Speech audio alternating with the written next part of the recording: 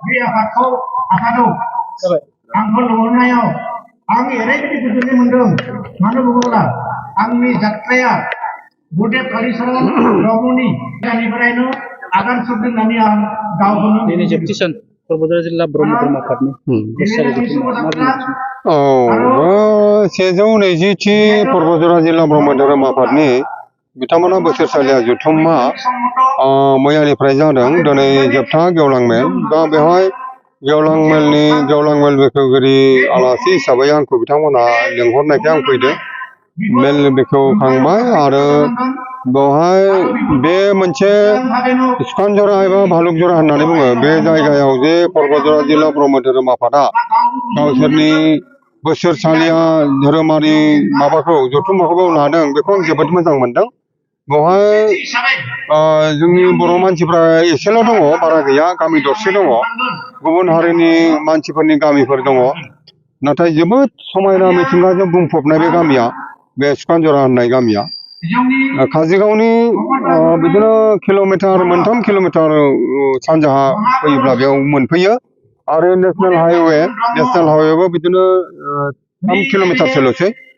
दा बे समायना मोनसे मिथिंगाजों बुंफबनाय गामि सुखानजरा गामिया, बेवहाय पर्बतझरा जिल्ला ब्रह्म धोरोम आफादनि बोसोरसालिया जथुम्माखौ लादों। दा बेवहाय गुरुदेव कालिचरण ब्रह्मआ फोसावलांनाय ब्रह्म धोरोमखौ बेहाय जाखिनि बर' मानसि दं बिथांमोना मोजाङैनो आजावनानै बे धोरोमखौ फालिनानै दङ।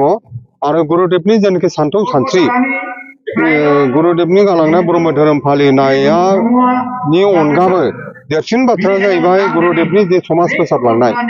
गुरुदेवा बर' हारिखौ राजखान्थि, रांखान्थि, सोलोंथाइ खान्थि मोनफ्रोमबो बिथिङाव फसंलांनो थाखाय जे हाबा मावलांनाय। आरो 1939 मायथाइयाव ब्रिटिश खुंथायनि सेराव शिलंआव साइमन कमिसनाव जेनाखि मेम'रेन्डाम होनाय हारिनि थामोनथा रैखाथिनि थाखाय, बे मेम'रेन्डाम होनायासो गिदिर बाथ्रा, धोरोमा गिदिर बाथ्रा नङा।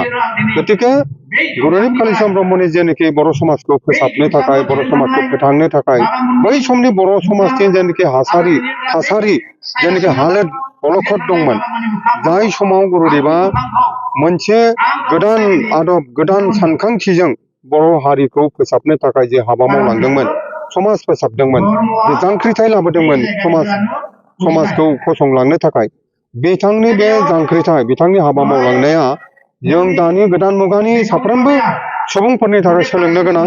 बिथाङा मोनसे निसा मुक्त समाज दानांगौ होननानै बिथाङा जोबोरैनो नाजालांदोंमोन आरो बिथाङा हालांदोंमोन।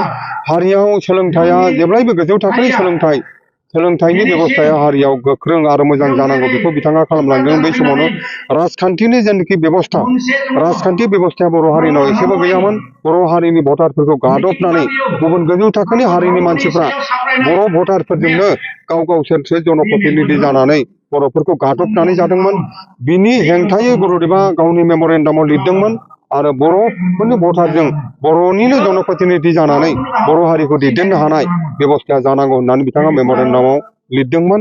बेबायदिनो गोबां बिथिङाव समाज आरो रांखान्थि हालोदखौ फोसाबनो थाखाय गुरुदेवा जाय हाबा मावलांदोंमोन, आरो जेनाखि समाजाव खोमसि फोथायनाय, अन्धबिश्वास, कुसंस्कारनि हेंथायैबो गुरुदेवा जाय हाबाफोरखौ मावलांदोंमोन, बेयो जोंनि दानि गोदान जोलैफोरनि थाखाय सोलोंनो गोनां आरो सोलोंनानै बे लामाजों थाबायनो थाखाय दरखार दं होननानै आं सानो। गोजोन्थों।